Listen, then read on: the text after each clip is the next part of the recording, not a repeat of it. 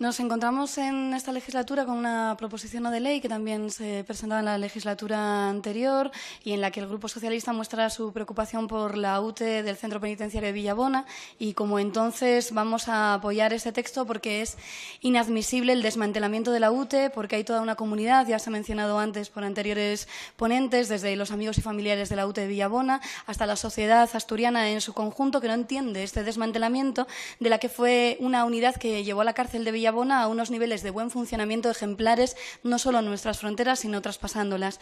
Entonces, apoyamos este texto por la necesidad de reinserción, por lo que dice el artículo 25 de la Constitución, que establece que el fin de la pena privativa de libertad es la reinserción y la resocialización de las personas privadas de libertad, y porque además nos parece evidente la sobrerrepresentación en la cárcel de trabajadores y trabajadoras no cualificados o escasamente cualificados, un 33,8%, casi un 56% si sumamos ambos, frente a quienes podríamos considerar de cuello blanco, que es un 15,35%.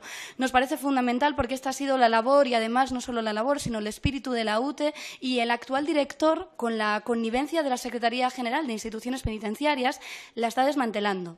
Y da igual lo que diga la defensora del pueblo, no les está importando en absoluto, da igual lo que esté diciendo la sociedad en su conjunto y que estén bajando los índices que en un momento fueron ejemplares a unos niveles de preocupación. Pero queremos decir aquí, y ya decimos de antemano que vamos a apoyar este texto, que lo más grave que está pasando en Villabona no ocurre en la UTE. Lo más grave son 8 personas fallecidas con procesos totalmente irregulares en las autopsias y con procesos irregulares en cómo se comunica a sus familias. La 8ª persona fallecida ayer mismo. Digo 8 desde que está el actual director en este centro. Y a mí me gustaría pensar que los familiares de esta persona han sido debidamente notificados y no así como ha ocurrido en otros casos, que las familias se han enterado directamente por las funerarias y que a día de hoy la dirección del centro no se ha puesto en contacto con ellos. Quiero relatar algunas de las multitudes de irregularidades y hasta de atrocidades que desde una asociación más allá del muro se nos han facilitado, que vienen ocurriendo en el centro en los últimos años. No hay comunicaciones con las familias desde el centro penitenciario, incluso cuando hay situaciones de fallecimiento. Se niegan los informes médicos a las familias. Los funcionarios administran a los presos medicamentos e inyecciones pese a la negación de estos a que lo hagan funcionarios y no personal médico. Pueden trasladar al preso de la cárcel al hospital sin dar aviso de la noticia. Sin protesta y sin presión no dejan salir al preso con una enfermedad terminal de la cárcel. Se realizan cambios de medicación injustificados. Desde 2014, con el nombramiento del actual director, ya son 8 las personas fallecidas y, además, normalmente por edema pulmonar y en muchos casos en muchos de los casos por sobredosis. Hay una destrucción sistemática del correo que envían los presos cuando contiene instancias y también hay una destrucción de sus cartas. El traslado de enfermos al hospital no se realiza en ambulancia, sino en un furgón de la Guardia Civil. Los módulos 7 y 8 tienen plagas de ratas y de cucarachas. Los presos con enfermedades psiquiátricas no tienen atención específica ni un espacio propio. Están mezclados y con un trato indiscriminado. Y además quería decir que es precisa la destitución del actual director porque se han vulnerado derechos fundamentales como el derecho a la intimidad con el único objetivo de desacreditar a una comisión parlamentaria que desde la Xunta General de Asturias acudió a visitar la cárcel de Villabona y que es la encargada, gracias por pedir silencio a sus señorías. Rogaría silencio para que la interviniente pueda hacer uso de la palabra. Decía que hay una vulneración de los derechos que se ha realizado con el fin de desacreditar a una comisión parlamentaria que desde la Xunta General de Asturias acudió a visitar la cárcel de Villabona y que además es la encargada de velar por el respeto y cumplimiento de los derechos fundamentales de los asturianos y asturianas. Y aunque unos quisieron convertir aquello en un circo, desde Podemos Asturias no se cejará en la defensa de las UTEs y tienen muy claro, y así lo han votado, que el director no puede seguir ejerciendo este cargo. Le preguntaría al señor Trevín si puede decir lo mismo de sus compañeros del Grupo Socialista en Asturias, porque parece que cuando esto se habla en la Xunta, pues se ponen de lado. Y por último, y porque esto hace mucho que nos viene preocupando, quisiera exigirle responsabilidades al secretario general de Instituciones Penitenciarias, Ángel Yuste, porque llevamos desde agosto pidiendo visitar la cárcel de Villabona, porque la situación es de una gravedad alarmante, porque no se nos está concediendo ese permiso para visitarla, no sabemos muy bien por qué, y porque no ha hecho más que darnos largas para que las diputadas asistamos a esa visita. Y porque creo, sinceramente, que se tendría que caer la cara de vergüenza, y aprovecho esta comisión para hacérselo saber y que así conste, porque permitir que ocurra lo que ocurre en Villabona es una vulneración flagrante de los derechos humanos. Muchas gracias. Tenemos que traer una vez más la cuestión de la garantía del derecho de asilo a esta Cámara, a pesar de que ya se ha debatido sobre esta cuestión en numerosas ocasiones y además hemos llegado a distintos acuerdos. Pero la cuestión fundamental es que este Gobierno, el Gobierno del Partido Popular, está provocando con sus políticas que no se esté garantizando el derecho de asilo y, lo que es aún peor, que se estén generando miles de muertes en las fronteras de personas refugiadas o de personas migrantes. Lo que está ocurriendo es que las personas migrantes y las personas refugiadas que tienen cerradas actualmente cualquier vía legal para acceder a nuestro país y para acceder a la Unión Europea están muriendo en las fronteras y están tomando cada vez rutas más peligrosas en las que están poniendo en riesgo sus vidas, las de sus hijos, las de sus parejas, etcétera, etcétera. Les quería recordar que hace ahora aproximadamente un año este Parlamento dio un mandato muy claro al Gobierno entonces en funciones del Partido Popular, que le decía que no podía firmar ese acuerdo UE-Turquía.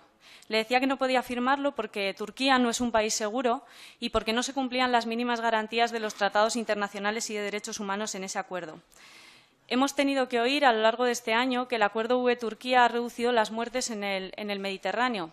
Y la verdad es que nos alarma este tipo de afirmaciones cuando efectivamente puede ser que se hayan reducido las muertes en el Mediterráneo oriental, pero sin embargo las muertes en el Mediterráneo central no dejan de crecer y han convertido el 2016 en el año más mortífero, convirtiendo la ruta por el Mediterráneo en la ruta más peligrosa de todo el mundo y en la que han muerto hasta 4.579 personas solo en el año 2016. A mí me parece que es algo que nos debería hacer reflexionar. Estamos obligando con este acuerdo UE-Turquía a que la gente tome la ruta de Libia. No sé si recuerdan Libia. Libia es un país que se encuentra prácticamente en guerra civil, una ruta que no solo es más peligrosa por mar, sino que además es más peligrosa porque tiene unos niveles de violencia altísimos, sobre todo para las mujeres, que sufren unos niveles de violencia en el tránsito que son absolutamente insoportables, ¿no?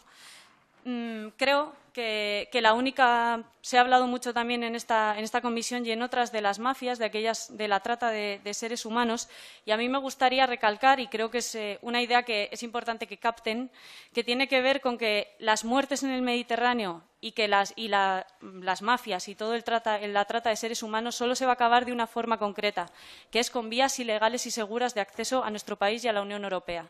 Y esas vías legales y seguras que están actualmente cerradas nos ponen la cara roja.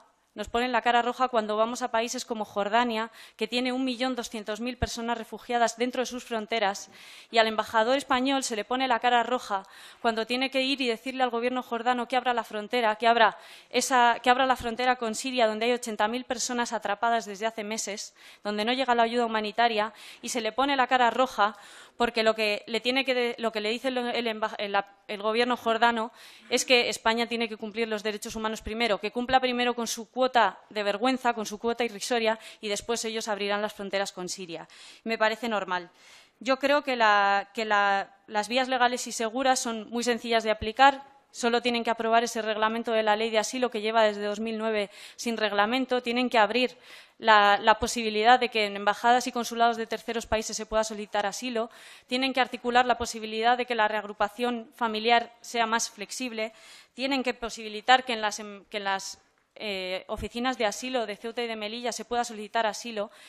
El número de personas que solicitaron asilo que fueron africanas en Melilla es tendente a cero, prácticamente ninguna pudo solicitar asilo, y las consecuencias de estas políticas son absolutamente criminales. Recordarán seguramente a aquel niño Ailán, todo el mundo le cita. Resulta que el 27 de enero tuvimos un Ailán también en España y nadie habla de él. Era un niño que creemos que se llama Samuel y que apareció muerto en la playa de Barbate el día 27 de enero. Probablemente era un niño que desapareció junto con su madre en una patera el 11 de enero en el Estrecho, como denuncia la activista Elena Maleno. Y nadie habla de Samuel, quizás porque Samuel es negro, no lo sé. Y creo que es muy importante que seamos conscientes de que las políticas que estamos poniendo en marcha generan muertes como la de Samuel. Resulta que a su padre no le dejaban venir para hacerse las pruebas de ADN y poder saber si efectivamente ese niño que había aparecido muerto en las playas de Barbate era su hijo o no. Después de la presión de la sociedad civil y de la presión política, este Gobierno ha autorizado el visado al padre de Samuel, pero seguimos con un montón de familias, las familias de los muertos del Tarajal, que desde hace 3 años no tienen el visado para poder venir a reconocer a sus hijos, y la verdad es que estamos cansados, señorías del Partido Popular, estamos cansados de la inacción, de que su inacción esté generando un reguero de muertes terrible en el Mediterráneo y en nuestras fronteras, y les vamos a decir que nosotros no compartimos esta política, que les instamos desde ya a que hagan algo, lo que sea, pero algo, porque lo que están haciendo es provocar muertes y muchísimo dolor. Y lo que les instamos es, bueno, a que no sean hipócritas, a que no digan que ustedes no construirían el muro de Trump, porque ustedes ya han construido el muro de Trump en Ceuta y en Melilla. Ya tenemos una frontera y una valla llena de concertinas que hace el mismo efecto que el muro de Trump, solo que igual la diferencia es que ustedes pedirían a la Unión Europea que lo financie y no a México. Muchas gracias. Muchas gracias, señoría.